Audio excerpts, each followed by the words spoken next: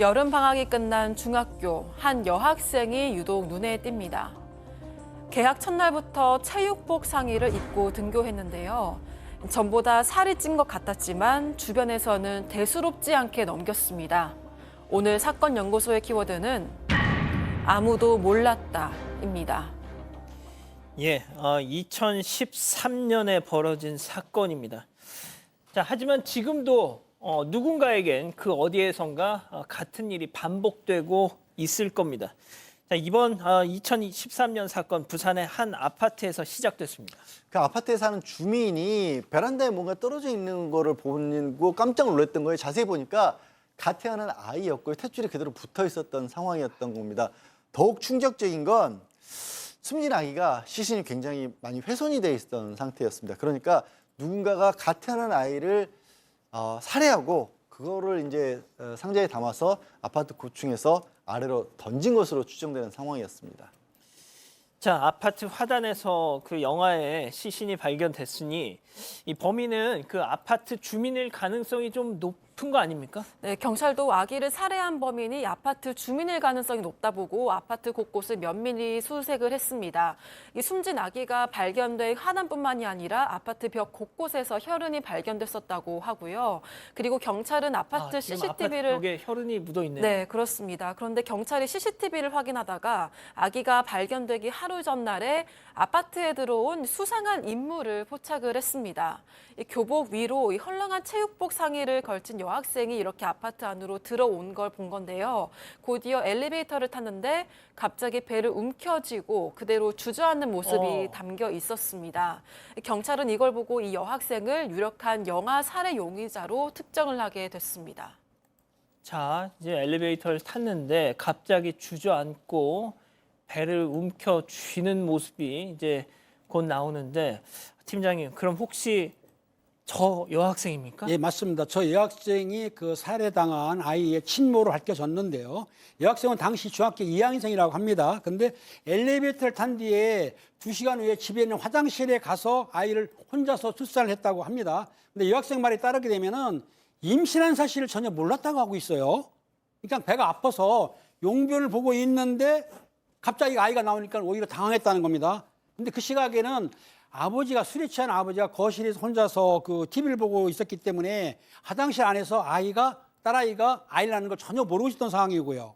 그래서 이제 이 학생이 뭐라 했냐면 아버지한테 가위 좀 달라고 해가지고 가위를 받아가지고 화장실에서 혼자 아이를 출산한 뒤에 탯줄을 가위를 혼자서 잘랐던 거죠. 참 안타까운 일입니다. 그냥 배가 아파서 화장실에서 용변을 보는데 아이가 나와서 당황했다. 아빠, 나 가위 좀 갖다 줘. 화장실에서 그렇게 아버지한테, 거실에 있는 아버지한테 요청을 했고 아버지가 그걸 갖다 주니까 그걸 받아서 혼자 탯줄을 잘랐다. 자, 이게 중학교 2학년 여학생입니다. 중학교 2학년 여학생입니다. 근데 이제 화장실에 이제 이 아이하고 갓 태어난 아이하고 본인만 있었는데 아이가 울기 시작하니까 사실은 이 아이보다는 밖에 있는 거실에 있는 아빠가 부담이 됐던 것 같습니다. 혼날까 봐. 그래서 부담이 돼서 결국은 아이를 살해하게 됐고요. 그 아이를 살해한 다음에 아이를 담은 다음에 베란다에서 밖으로 15층에서 밖으로 그냥 던져버렸다고 합니다. 그 이후에 사실 별 문제 없이 다음 날도 평소처럼 학교에 이 학생은 등교를 했다고 합니다. 여기서 제일 궁금한 게 있죠. 중학교 2학년짜리 여자아이를 임신시킨 그 아이의 아버지라는 놈은 도대체 어디 있는 누구냐? 네, 여학생 진술에 따르면 아기의 아버지는 당시 고등학교 2학년이었던 남학생이었습니다. 두 사람은 1년 전에 2012년 9월쯤 이 휴대전화 게임 채팅을 통해서 처음 만났다고 하고요. 이후에 여러 차례 성적인 만남을 가졌다고 합니다.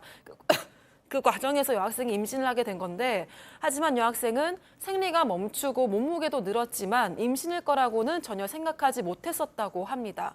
그래서 그저 살이 찐 줄로만 알고 이 체육복을 헐겁게 이렇게 입으면서 배를 가려왔었다고 합니다. 자, 생리가 멈추고 몸무게도 늘었지만 임신일 거라고는 전혀 생각하지 못했다라고 그 여학생이 말했다는 거죠. 그래서 왜 이렇게 요즘 살이 찌지 싶어서 헐거운 체육복으로 배를 가려왔다. 저는 솔직히 모르겠습니다. 중학교 2학년 학생이지만 이걸 그저 살이 찐 줄로만 알았다. 자, 일단 뭐 학생의 진술을 믿어보죠. 자, 그런데 본인은 그렇다고 얘기를 해도 주변에선 알아챌 수 있는 거 아닙니까? 학교로 일단 가봅니다. 학교, 중학교 교장 선생님 따르면 이 학생이 모범적인 생활을 했다라고 해요. 그리고 만약에 좀 문제가 있으면 상담을 합니다. 신체적 어떤 내용에 대해서. 그런 상담도 전혀 없었다고 해요. 특히 이제 이 8월 달이 방학 기간이었고 담임 교사 역시 그렇게 생각했는 거예요. 아이가 방학 기간 동안 개학하고 나서 살이 많이 쪘구나, 살이 좀 쪘구나, 이 정도만 생각을 했다라고 하고, 또 부모로 가보겠습니다. 예. 부모는 많이 바빴답니다. 맞벌이 부부라서. 바빠서 좀 살찐 거는 눈치를 챘는데 이게 임신 때문이다, 이런 전혀 눈치를 못 챘다고 하고요. 진술에 따르면 오히려 너 좀 운동 좀 해라 라고 한 것으로 전해집니다. 말씀대로 그 아기의 친부는 고등학교 2학년 학생인데 이 아이를 출산할 당시는 이미 이 고등학교 친부하고는 연락이 끊긴 상태라고 합니다. 양 변호사님, 근데 저희가 이제 이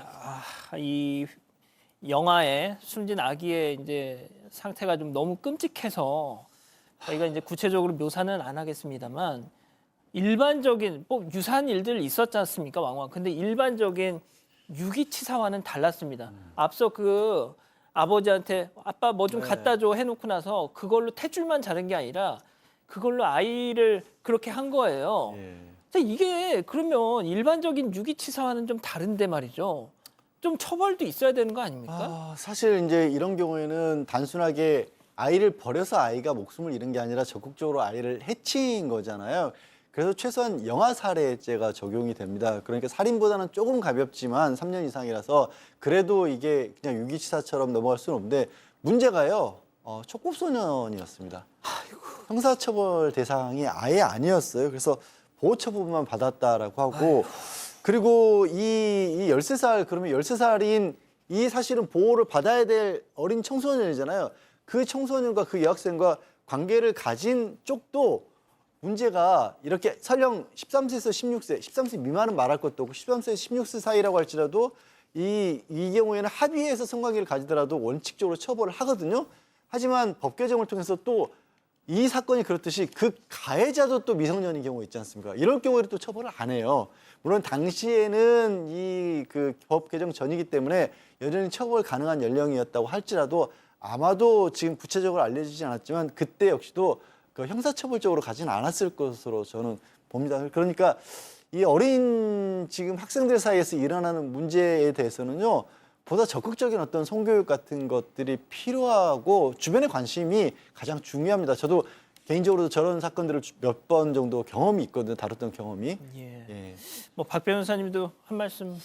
결국 뭐 여러 정황으로 봤을 때 정말 몰랐을 가능성이 높아 보입니다.